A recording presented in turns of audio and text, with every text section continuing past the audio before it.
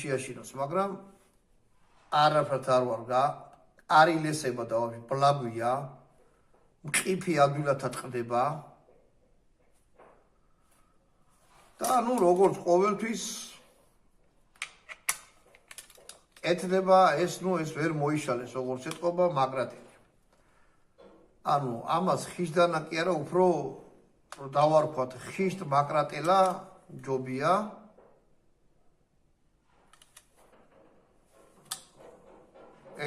პირადად ჩემი სუბიექტური აზრია რა, ვისაც სადმე ეს ქონია, მე უფრო მგონია რომ იმიტომ მოიგონეს რუსებმა, რომ ჯარისკაცს მეცად გაემწარებინა და სულ იმის დარჩი ყოფილიყო, რომ არ დაეკარგა.